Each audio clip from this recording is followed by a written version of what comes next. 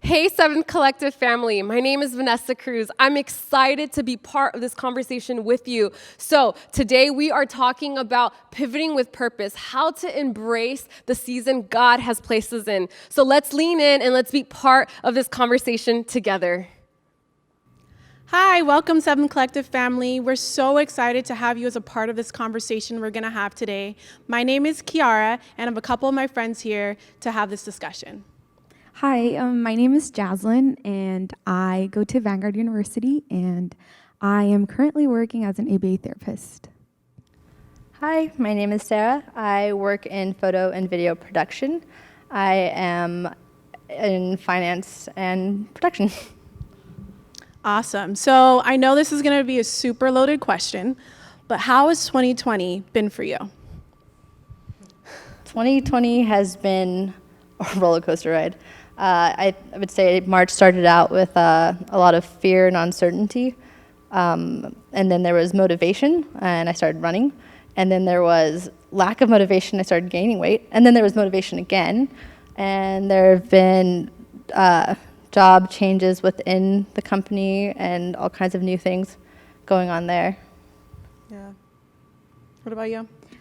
So for me, throughout the whole pandemic, I was working, but I noticed in the beginning of this whole pandemic, I noticed anxiety was like creeping up, and I've never really experienced that. And I know I'm studying psychology, and I learn about this in school, but I always thought like this can never happen to me. Like I never thought of it coming to me. So it was interesting because the first week when we were supposed to stay home and everything, I was freaking out. I was like, I'm a people person, so I love being around people, groups of people. And I remember telling my brother, I can't anymore. Like, I need to go out. We just need to go to the store. We need to go buy something. And, well, the stores were all closed at that point. But I was like, I just need to go out. I'm freaking out. But, yeah. Yeah, speaking of anxiety, I definitely felt that. But in the beginning of the pandemic, I really was good. Like, I was really excited to not have to go to work. Like, they didn't know what to do with us for about 2 weeks. So I was just like, I'm at home. What can I do? How can I serve? I was helping out. I work as an occupational therapist for Los Angeles Unified School District. And so they had the Grab and Go Food Center. So I was like, let me volunteer for that. It's a great way to give back. My friend had actually come and stayed with me because she didn't have anywhere to stay during that time. So we were having fun, doing TikToks, that kind of stuff. But once she moved out and my original roommate decided not to come back, so many things around the world really started to happen. And anxiety really started to creep up to the point where I was like, I don't know how to deal. Like, what am I doing? How am I finding rest during this time?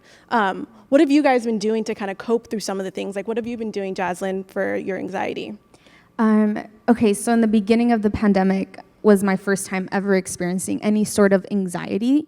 And it was around like 1-2 months ago where I felt it again. And this time I was just entering a new season in my life where I started school. I was just busy working, coming to church and doing some online recordings. And I entered a new season where I was in a relationship, or I am in a relationship.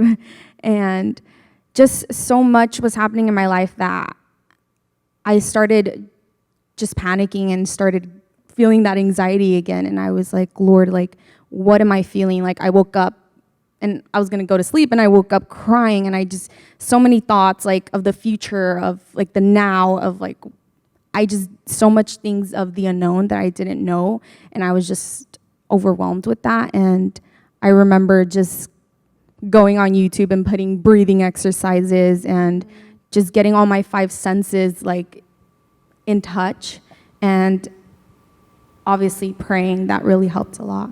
Yeah. So. I, like you, was really excited not to go to work. And I would say I celebrated the first month to kind of be at home and be present with my family because I'm in and out that door so fast that I don't usually get to see them so often. And so I was really happy to be there. At the same time, my mom had lost work. My sister was out of work. And I think, again, initially it was really fun for all of us, just be home and together. And then no one knew when we were going back. And then it started to go, oh, wait, we're not going back, or it kept getting extended to the summer. And it was about August where I started to panic and go, I need out, because I usually travel, and this year it just wasn't happening. So for me, it was, well, what can I do without flying, without going into a city, because you wouldn't be able to do anything. So I started to go, all right, well, national parks are kind of open, so I went to Wyoming, and that was my little escape.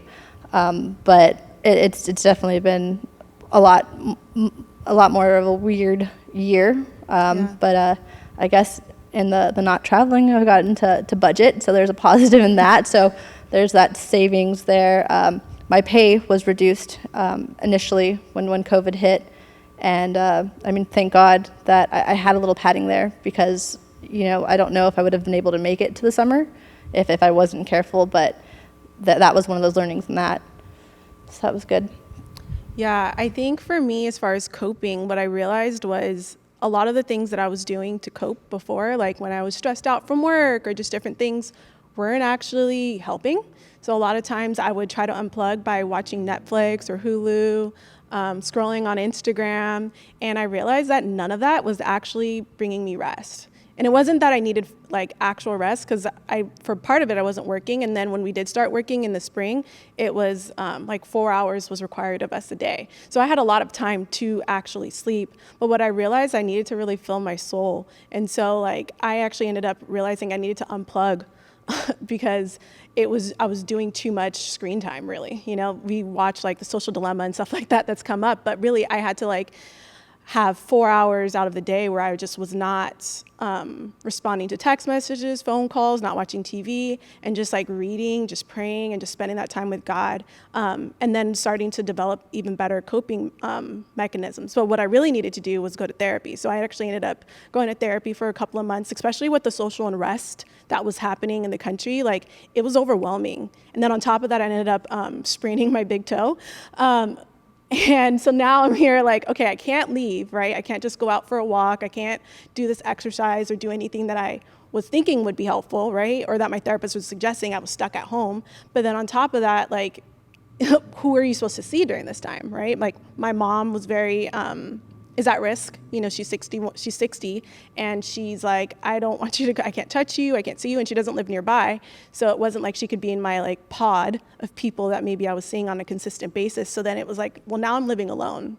What am I gonna do? And so I really found like that rest in Jesus, right? Like realizing that what was making me feel alone was that I couldn't go deeper in my relationship with him. What do you guys think has been the most positive things that's come out of this time for you? So even though there's so much like stress, even though there's so much chaos that's been happening in our world, what do you think has helped you the most? I've noticed being intentional with our family and our friends around us in our circle group. I think we can all witness that those relationships are very intentional now. It's more like, how are you doing? How are you dealing with all of this that we're dealing with? And another thing is, I feel like my worship has changed. The way that I worship God is more like, I don't need to be in my room worshiping you, praying. Wherever I go, I can take you with me. Yeah, So yeah. that's really good. Give us what are the positives are coming out of this? Yeah. I think kind of like being away from like society in a sense is good practice. I was thinking about fruits of the Spirit and which ones I don't possess, right? And patience was one of those things I was like, well, I better practice this on my family before I go out into the real world. But it's been good, and you know, my sister's a good like accountability person because she's not sensitive to telling me like, hey, you know, but that's been good to kind of like sit back and think about, all right, where am I? My life isn't as busy as it was, and I really appreciate the slowdown.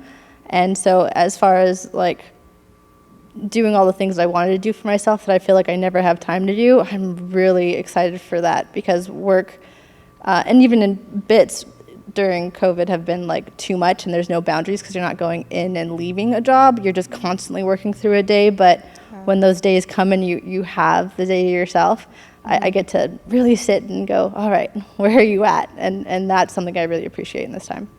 Yeah, I definitely feel you on that. I think some of the positives for me was being able to be intentional with relationships, like with friendships. And so now that I didn't have built-in times like going to church, or going to work and seeing coworkers, I actually had to really be intentional with texting people and being plugged in, whether it was on Zoom with my life group or meeting up for like a social distance, like park hangout or something like that.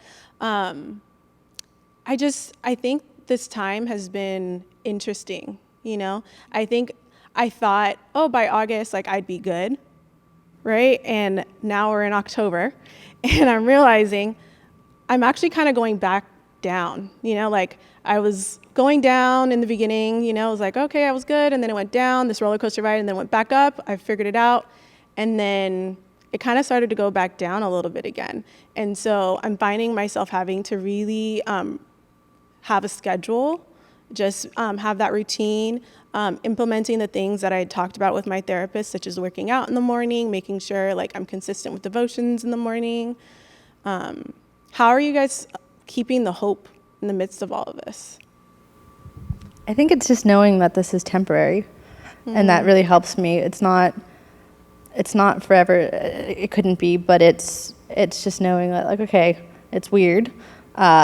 Let's get through it, and it might bleed a bit into 2021 for a bit, but I don't, and I'm not like a scientist or anything. I'm not predicting that 2022 is going to be golden. It's just, I know that it's going to pass, and even if it takes a while, that we know what regular life looks like. It'll get back there. So it's like, okay, well, while the world looks like this, maybe it's not planning a trip to Europe, but what about California? Can I see, something smaller. Don't dream too big, but appreciate, because I always think far, but there's beautiful things here, and we don't appreciate it because it's sort of like taken for granted, but we're surrounded by beaches.